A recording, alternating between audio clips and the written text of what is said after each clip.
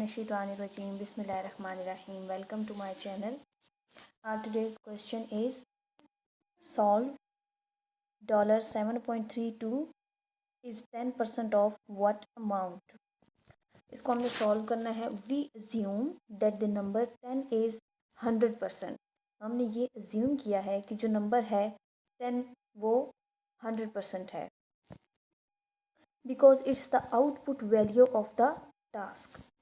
We assume that x is the value we are looking for. x वो value है जिसको हमने find out करना है. इफ़ 100% इक्वल्स 10, तो हम इसको किस तरह से लिखेंगे? 100% इज इक्वल टू 10. ये हमारे पास एक इक्वेशन बन गई है. Next, we know that x% equals 7.32 of the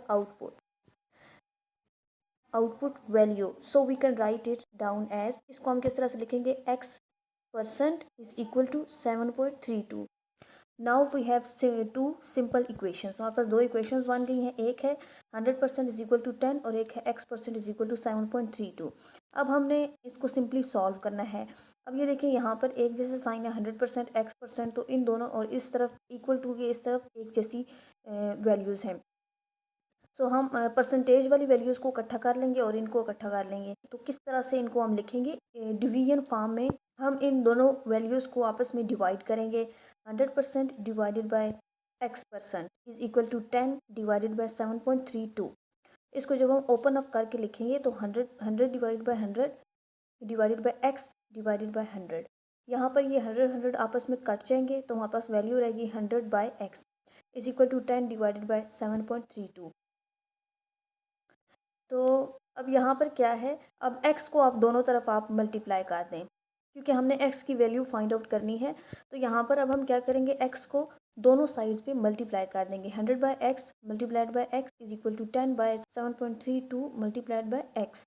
यहाँ पर x से कट जाएगा, is equal to 10 divided by 7.32 into x. So अब हमने इसको किस तरह से लिख लिया? 100 is equal to 10 divided by 7.32 multiplied by x. तो x, इसको 10 को डिवाइड कर देंगे 7.32 से, तो हमारे पास ये वैल्यू आ जाती है 1.366120218579 इंटू x. अब हम x को इधर ले आए हैं. x is equal to 100 divided by this value. जब इसको हम डिवाइड करेंगे तो हमारे पास आंसर आ जाएगा x इज इक्वल टू 73.2.